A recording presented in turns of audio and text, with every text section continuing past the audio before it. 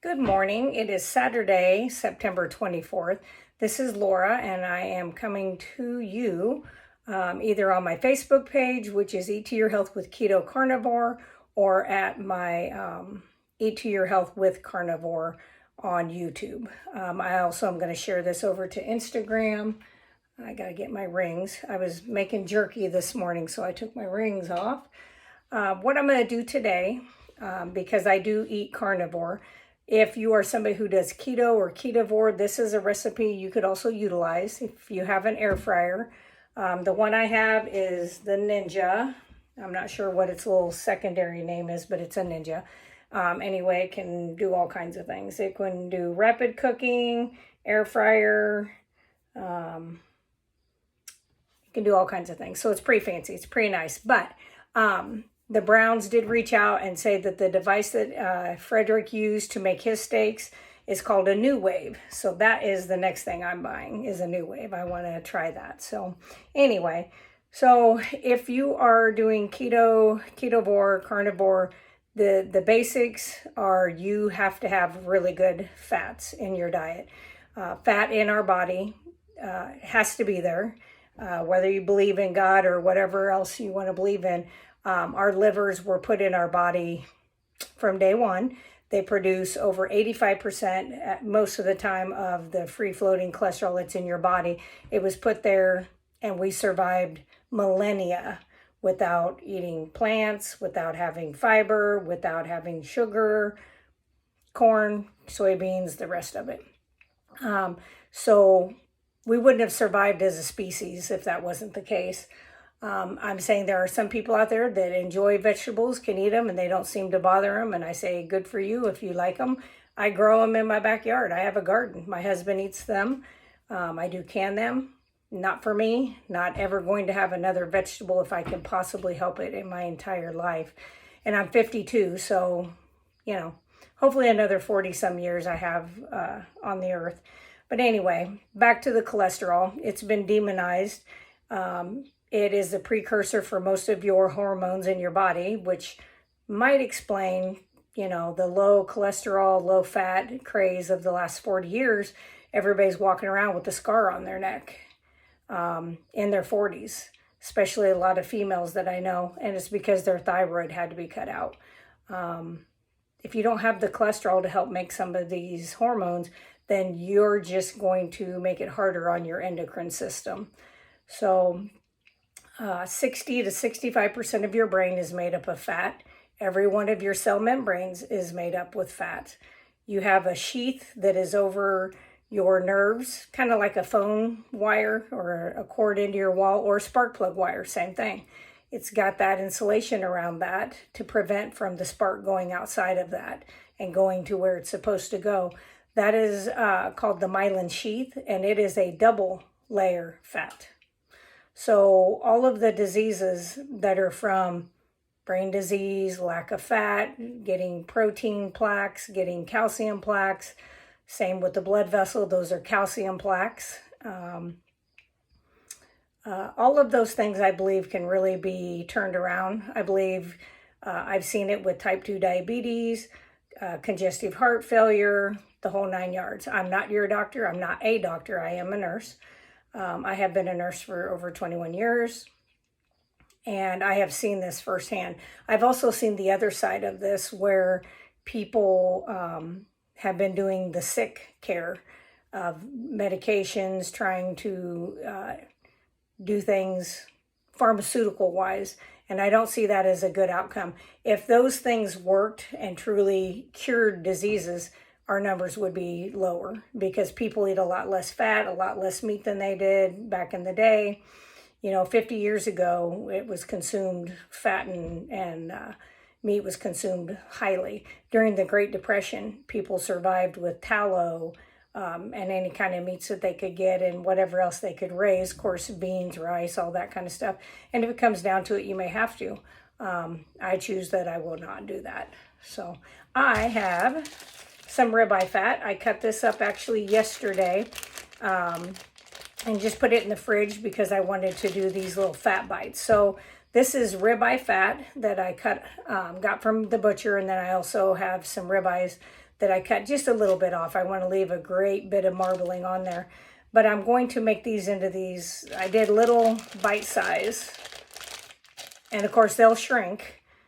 Okay, so that, some of it has a little bit of the ribeye meat on it still. But I'm going to put that in the air fryer, and I'm going to do it at 450 degrees for 3 minutes. Then I'm going to kind of move them around and do it for another 2-3 minutes. And we'll just see.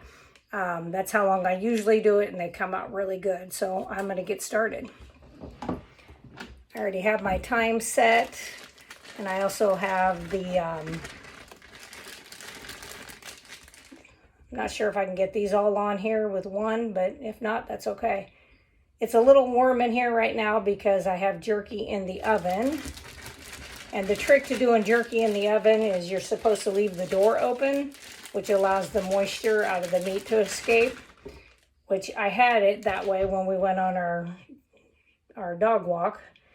We have an Airedale, he's 12, and we go for walks every day, and today was a longer walk since it's Sunday. All right, so I am going to use my salt, and like I said, this is Redmond's real salt. I know it's backwards. I just have it in this shaker because I like this shaker.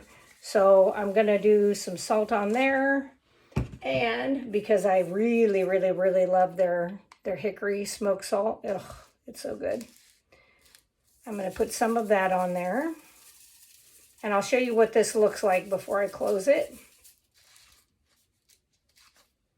Oh, that smells so good. If you're somebody that can eat pork, I do lion, so I'm just red ruminant meat, lamb, deer, beef. If you're somebody that can do like bacon or pork, you could get pork belly, cut it up and do this, and it smells amazing. All right, I'll show you real quick. So that's what it looks like going in. And then we shall see what it looks like in 3 minutes. All right, so while that is on, I'm going to refill. I go through a lot of salt. So another thing, whether you're keto, ketovore, or carnivore, is you have to do, you really need to keep your electrolytes up. When you're not doing carbohydrates, you flush out a lot of the minerals, potassium, sodium, things like that. I've had some people say, well, if this is so natural for humans to do, why are we having to, supplement with the salt? Well, the reason being is we used to drink groundwater, which had all the minerals in it. I don't know any of you right now that are brave enough to go out and drink the groundwater we have now. If you want to, I suppose you could, but I'd say it's been contaminated with years and years of crap that we put in the ground or on the ground. So that we can grow our fields of corn, soybean, wheat, all the things. That's what we grow around here. I'm in West Central Illinois for now. Hopefully not for long. So this amount of salt, and that was about half of that bag, so that's about 1 pound. That's up to about right here. My husband does use this as well, but we will be completely through that in a month. So I never run out of that salt. I have a 50-pound bag, 10, I can't remember if I have a 20 or 25-pound bag, and then I have multiple that are this size, which is just about 2 pounds. So anyway, this salt comes from a salt, they mine it in Utah from an old seabed that was around prior to plastics being put in our water, antibiotics, all the stuff that you urinate out that goes into the water that doesn't get filtrated through a filtration system. Even the water treatment plants, they do not pull all that stuff out. So anyway, that is what I do to supplement. You can do like Element. There are some other recipes out there that you can make your own. But I literally put a pinch of salt in every one of my bottles of water. The other thing that I do, and it's really super simple, is it's called Soleil water. What you do is you put about 1/4 of it up to here of salt, and and then you just add like distilled or filtered water into it. You put the lid on, and you want to do a plastic lid. If you don't have those and you have a metal lid, you want to put like parchment paper or something in between there so that it doesn't corrode that lid. But you leave it sit over 24 hours and it leaches those minerals up into that water. And you can take a spoonful or two and put it in a glass of water every day or multiple times a day. All right, so I'll show you what the first 3 minutes looks like. Okay. So let me stir those around. Get those kind of flipped over. And I think this one I will do 4 minutes and see if we can get them to that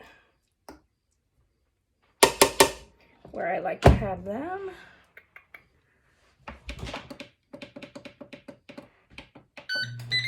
All right. Then when I'm done with this, what I'm going to do is I'll have a saucepan out, and I will take the fat drippings in the bottom, put it in a pan, and I kind of cook it on very low and slow. Let all the impurities kind of come up out of there. Any of the moisture is going to go out of it too. Then what I do, because that is tallow, is then I will put that in this jar. I'm going to heat it up first. I'm going to put it in really hot water because you don't want to add a hot liquid to a cold jar or you will have it shattered. But anyway, then you put the lid on, you turn it upside down, make sure it gets good and hot inside that lid, turn it back over, allow it to cool, and you've got tallow that you can use for however long. Mine never sits long enough to even get to a point, and you can leave it at room temperature. I do put it in a back bedroom that we don't use other than for storage. And it's cooler in there. There's not a lot of light in there, so that's what I do. Super simple. And if you didn't see it, I did a video on canning butter on this channel the other day. So the other thing is, if you like this information, you know, you can always leave me questions, comments. I will try to get back to you. Let me get that off of there. The other thing is, I always ask everybody if you'll please like, share, follow, and subscribe. I'll be doing more videos. I'm trying to do at least 3 or 4 every single week. I do work full-time. And next weekend I'm going to have my oldest grandson. He'll be 11 in December. And so I'm going to have him next weekend. But he used to do a lot of cooking videos with me before when they lived here in town. So we'll see. Maybe we'll do something while he's here. I'm not positive. So we'll see. So right now I keep moving my hair out of my face because I put tallow lotion on today that I make. And sometimes if I don't let it, you know, I don't know what you would call that, absorb in good enough, sometimes my hair likes to fly in and get attached to it. So that's why I'm doing that. And this is my food, so if it has my hair in it or my whatever from my hands, I'm not too concerned about it. So hopefully everybody's having a good Saturday.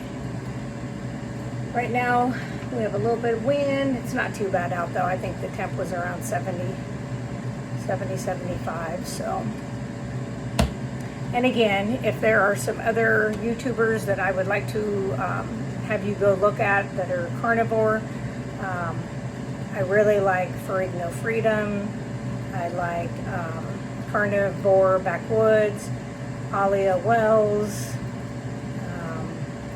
JT Poco Moonshine Family. Hanging with the Browns are really, really good. They're wonderful. They work together really well. Dr. Ken Berry, and then Homestead How, which is Carrie Mann. He's the one doing a carnivore documentary with he's got many doctors that will be on there, and then he's following people over a year's time to kind of see how they do on this lifestyle and the different things that they can cure. Because really proof is seeing that kind of stuff.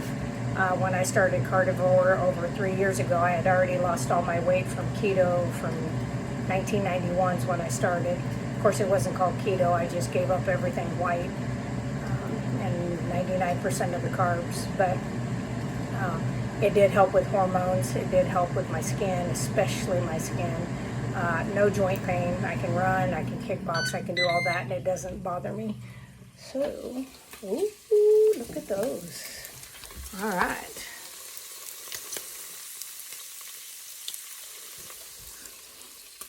Those look really, really good. It's like a kid in a candy store. So I'm going to put a little more salt on there. And then what I do is I put it in like if I am going to eat 2 meals, most of the time I do 1 meal a day, but today I am going to do 2. So I did cook a ribeye yesterday and I had too much. I couldn't do it. So I'm going to take half of it and I'm going to put some of those in there. Otherwise, I let them cool and I put them on, like a paper towel. And then I have just those little snack bags, and I will put that in there, not to snack on throughout the day, but I actually use it if I'm having, like, let's say I get a roast and I cut it up to eat it. It doesn't have a lot of fat. I'll add that to it because I want to make sure that I'm getting in enough fat. So that's how I do it. It looks wonderful. Like I said, it's like a kid in a candy store. They should call it Fat Crack. Yum. All right, well, I'm going to get off of here. I'm going to get everything packed up, let this stuff cool off, and then I will see you guys the next time. So remember, meat, heat, eat, and repeat.